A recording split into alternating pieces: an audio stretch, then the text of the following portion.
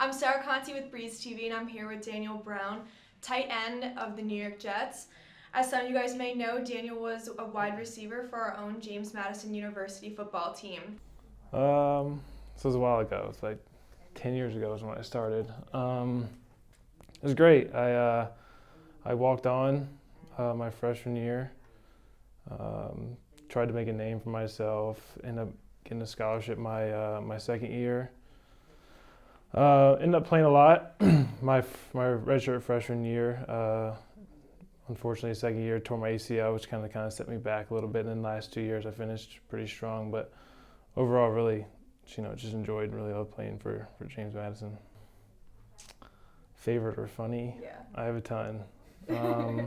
I would say that like my favorite memory with the team would probably be like the summer of 2014, my senior year, and I'm kind of the older guy now, and I let 3 underclassmen live with me in the summer. Oh, God. And it was, for some reason, it was like every time I think about like my recent memories of JMU, it was that summer of 2014 going into my senior year that there was just so many stories. I don't know if it's called this anymore, Taylor Down Under. Is it Taylor Down Under? It's right there by Hillside. The dorms by Hillside. They had pool tables.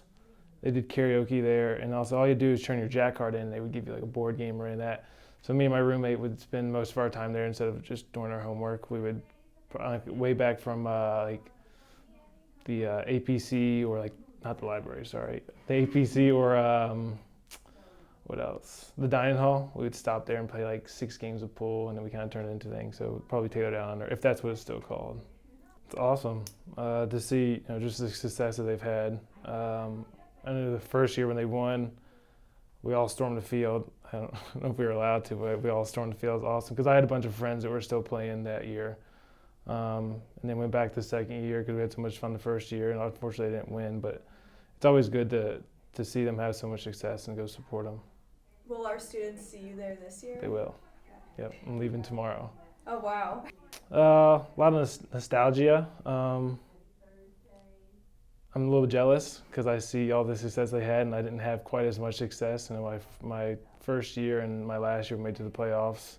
Didn't make it very far, but we made it. But it's awesome to see them have so much success. Like, it just puts that university on the map, and I think that's what it needs. I just get jealous that they're having so much success, but I'm also very, very proud of that university. It's different, The biggest thing to me is when you go to college and play, you come in with a class, and it's kind of that same class for 4 or 5 years, and they're basically like your best friends. And then,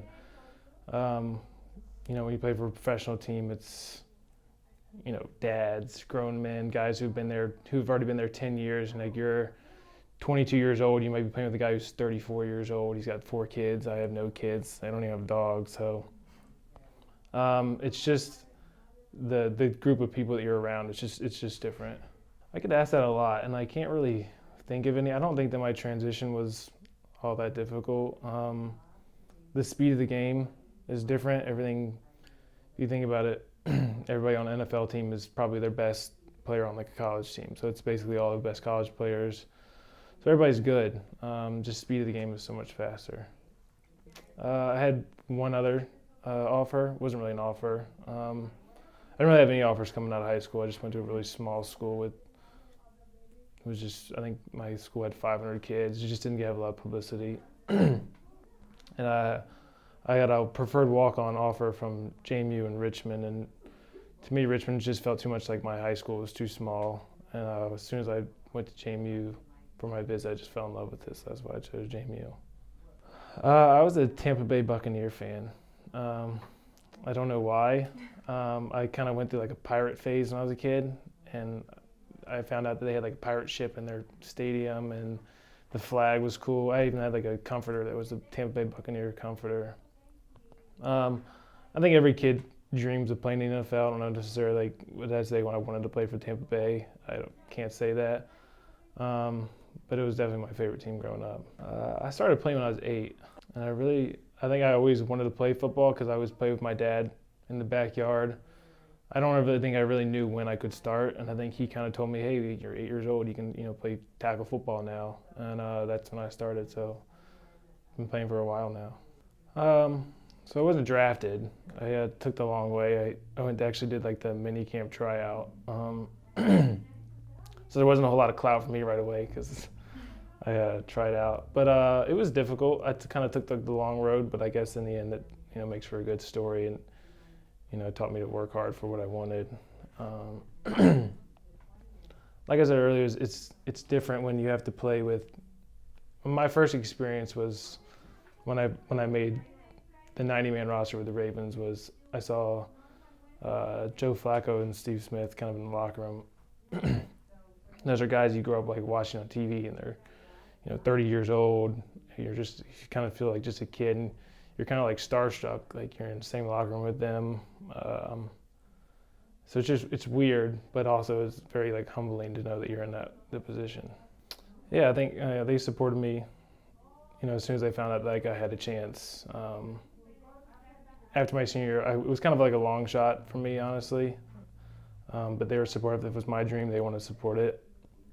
And I made it. Of course, they were over the moon with happiness when they found out like I was on the 90-man roster and I would have a shot to, make a 53-man roster. But yeah, they've supported me the whole way, and they've always wanted to support my dreams. Week 10 of my rookie year, that was kind of like a roller coaster ride. I had been cut like the day before, and I was literally driving home. I had called my dad. I was driving home, and they called me back like an hour later. I was on the road. I had all the boxes packed in my Mustang, and they said to come back. So I was like, all right, I'll come back. And they took me on the trip to Cleveland that Monday night, and then they activated me that Monday morning, and I played that Monday night in the last 6 games. So it was kind of a roller coaster ride. It was awesome. People kind of asked me what it was like. I feel like every time one of those plays happens, you kind of like black out. Because I try to go back and I try to remember the play exactly, and I can't. It all just happened so fast, and I think I was just so happy that I caught it and I got a touchdown. I guess I kind of blacked out. I don't remember, but it was awesome. I kept the ball. Actually, I didn't even keep the ball. I dropped it, and one of my teammates came and said, "You got to keep this." So now it's in my room. But that was probably my top memory. Just patience. We spent the whole off season together. We spent the whole training camp together. So it was nothing new really when it's my turn to play. It was kind of just like next man up mentality. Griffin goes down, it's next guy up, and you just want to put good stuff on film. When you're your opportunity, you've been waiting, the whole year. You don't want to mess it up.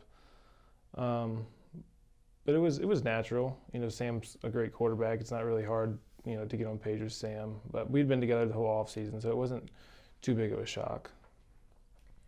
I hope I don't have to.